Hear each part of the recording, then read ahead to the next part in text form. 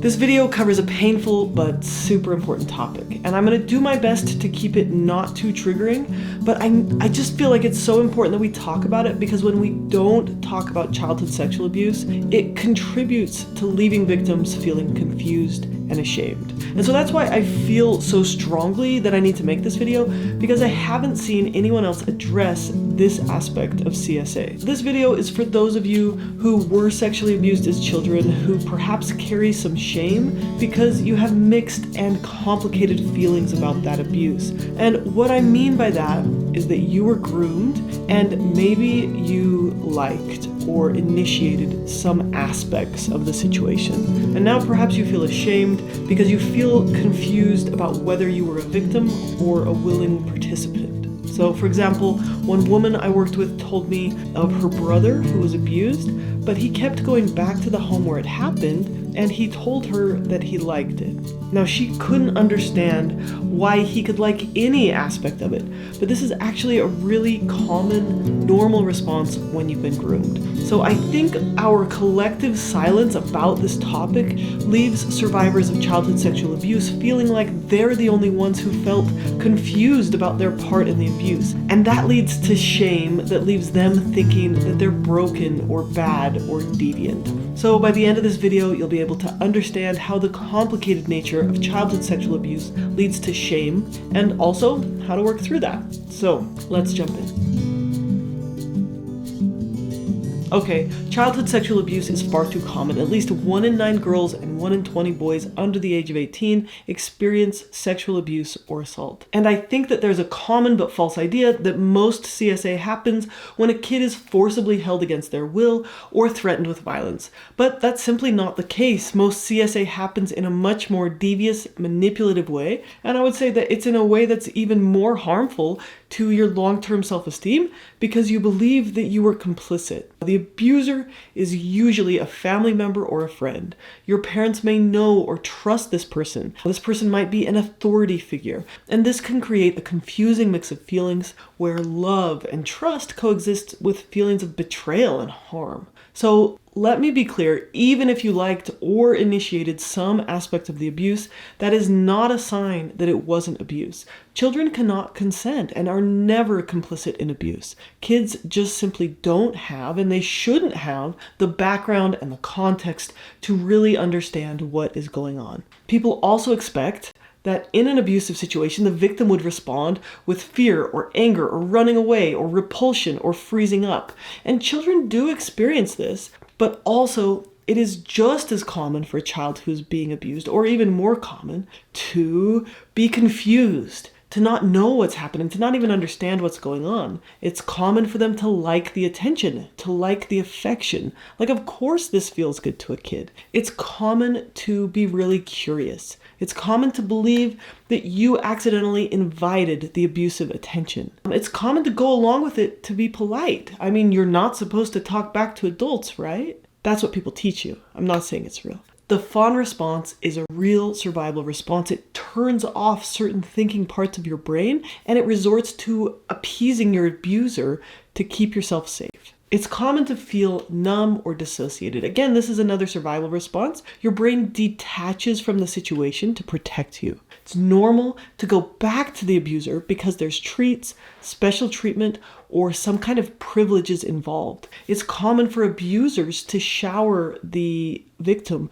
with gifts or praise as part of the grooming process. And the victim might believe that if they accepted the gift, that that's a sign of consent, that it's their fault. Which, by the way, it isn't. Like, can I say this enough times this video? It's not your fault. Maybe you went along with the abuse because you were told that you were special, that you have a gift, you're being praised for your body or your maturity. It's also like you might have been aroused or excited or enjoyed it. And again, I want to be clear. It doesn't matter if something feels good in the short term.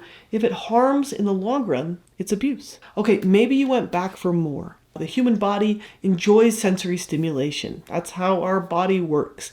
And that can be true even for prepubescent kids. Another thing that's common is when the situation doesn't fit the stereotype of abuse. So for example, if you're a male victim, if there was a female perpetrator, or if it was a peer perpetrator, this can lead to extra shame and confusion. It's common to keep the abuse secret to protect others. It's common for perpetrators to say things like, oh, your mom will feel really sad if you tell her. Your mom will hate you if you tell her. Your mom will never forgive you. Your mom won't be able to handle it. Or kids might just believe that themselves. So kids keep the secret. This is really, really common. Another common result of abuse is hypersexuality. Maybe it's the brain's attempt to process what happened, or maybe it's that those sexual feelings get turned on early, or some other reason that we maybe don't understand. But many people who experience early sexual abuse are much more likely to engage in riskier sexual activities in their early teens and throughout their life. If abuse occurs over a prolonged period, it can become normalized in the victim's life, leading to confusion about what constitutes healthy relationships and appropriate boundaries. Victims might minimize the severity of the abuse to protect themselves from the full emotional impact. And when abuse happens over and over, it's really common for CSA survivors to not even categorize it as abuse. Like they just thought that this is what every family is like. You have secrets. This is just normal. I once worked with a young adult who started seeing me right after she'd moved out of the house. She had been the victim of sexual abuse from a family member that went on for years. And while she knew that what was happening was wrong, the thoughts and feelings around it were so confusing. So because of her dysfunctional family situation, the abuser was the most supportive person in her life. And her mother was emotionally abusive, calling her names and putting her down and just beating her into the ground emotionally. But the person who had abused her sexually had treated her really kindly, had helped her with school and told her how special she was. The other members of her family were awful to her. So even though she left the house, she left the abuse, she left the environment, she initially still wanted a relationship with her sexual abuser because it seemed better than being completely alone in the world. After a few months of therapy, she did eventually decide to cut her abuser off because for her, she was able to see how harmful and manipulative the abuse had been. But it's just really common for child sexual abuse to warp your experience, to make it confusing what is right and what is wrong and who you are and what you're not responsible for. And all of these confusing feelings and experiences, these can lead to deep feelings of guilt and shame. So it's really common to believe that you were a willing participant or that you're somehow to blame. I just ran a poll of my audience. I asked if you were sexually abused as a child, did you believe that it was your fault? And 61% of people said yes. So whether you come to this belief on your own or your abuser tells you that it's your fault, it's not true. The brain often takes a shortcut with trauma to believe that it's all your fault. And I made a much longer video about this if you want to learn more.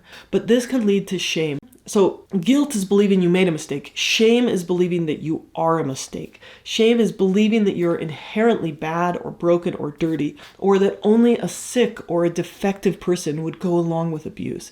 And this is not true. You might think you have evidence for this, as in like, why did I go back? Why didn't I kick and scream? Why didn't I tell someone? But again, this isn't a sign that you were bad or that it wasn't abuse. The truth is that the brain has a bunch of weird survival mechanisms that kind of turn off logic and make you go along with abuse. Your childhood brain used these mental survival mechanisms to protect you, but the trauma may also have gotten your brain stuck in these confusing thoughts and feelings of shame that may have extended into your adult years. So luckily now you have an adult brain that can begin to process and integrate the trauma that was caused by the abuse. Now's your chance to heal, and that can start by doing two things. Number one, being honest about accountability, and number two, letting go of shame. Okay, so first, accountability. So can I just say again, if you were a child, it was abuse, period. Full stop. Even if you had mixed feelings, even if you continued to engage with it, even if you liked an aspect of it, whatever, it was still abuse. There is no justification for what they did. It's not your fault. It's the abuser's responsibility. The person who was in a position of power is 100% responsible for what happened. Okay, Second, let's address shame. Shame is believing that you're inherently incurably bad, and that if people really knew who you are and what you've done, that they would be disgusted, that you have to hide yourself in your past and your feelings from others. And sometimes, far too often, when a victim does come forward and courageously tell what happened, people, including parents, will minimize, dismiss, or ignore the abuse, or even blame the victim in favor of keeping the family secret. I'm so sorry that more people don't know how to treat your feelings with more care. Our society needs to be better than that. But even more often, victims of CSA do this to themselves. Shame lies to you. It tells you that you'll be rejected, that you're unworthy of love. And if you believe it, that shame leads you to withdraw from people who care about you. This is one of the most damaging aspects of trauma. When you believe shame's lies, you don't allow people to see your heart and show you love even to your dark places. You always keep people kind of at emotional arm's length. And because you keep hiding, you can't heal. So I would say The Lion King did a good job of portraying how shame creeps in with childhood trauma. So in that story, Simba was playing in the gorge when he wasn't supposed to, and his father was killed trying to save him. The perpetrator, Uncle Scar, convinces Simba that it was his fault and encourages him to run away, to hide, to believe the shame and isolate himself from his family. Several years later, when Nala reaches out to him, he can't connect with her because he has this huge secret inside of him. He's so afraid of being rejected that he keeps himself distant from them. He continues to numb himself and hide. But eventually, he faces his past, he tells the story of what happened, and he reconnects with his family. As he continues to face what he fears, he learns the truth. It was never his fault after all. Scar is held responsible by the pride, and order is restored to the circle of life. And so one of the first steps in healing is to find a supportive person, a therapist, a friend, or family member to talk about with this. One of the amazing things about shame is that when we expose it to the light of truth, it can be seen for what it really is. It's a lie. It feels so real to say like, oh, I'm a bad person. But when you say it out loud, when you share it, you will probably find that you are actually a worthwhile human being. People love you. They aren't disgusted by your past, but rather hearing your story helps them love you even more. Like, you are worthy of love. Now, I know that childhood sexual abuse can seem confusing, complex, and overwhelming, but I also know that when you get support, you really can work through it little by little. You can let go of shame and grow into a stronger, healthier person. And there are a lot of options for getting help. Support groups, individual therapy, learning more about abuse, or even journaling can help you get started. There are practical steps and a whole slew of alternative methods you can implement to continue your healing journey. I do have a trauma and PTSD playlist and a free course that can help you learn some of these skills to work through trauma. Now, if you haven't experienced sexual abuse as a child, I hope this video has opened your eyes to the fact that you probably know a lot of people who went through this trauma. So let's be gentle with each other.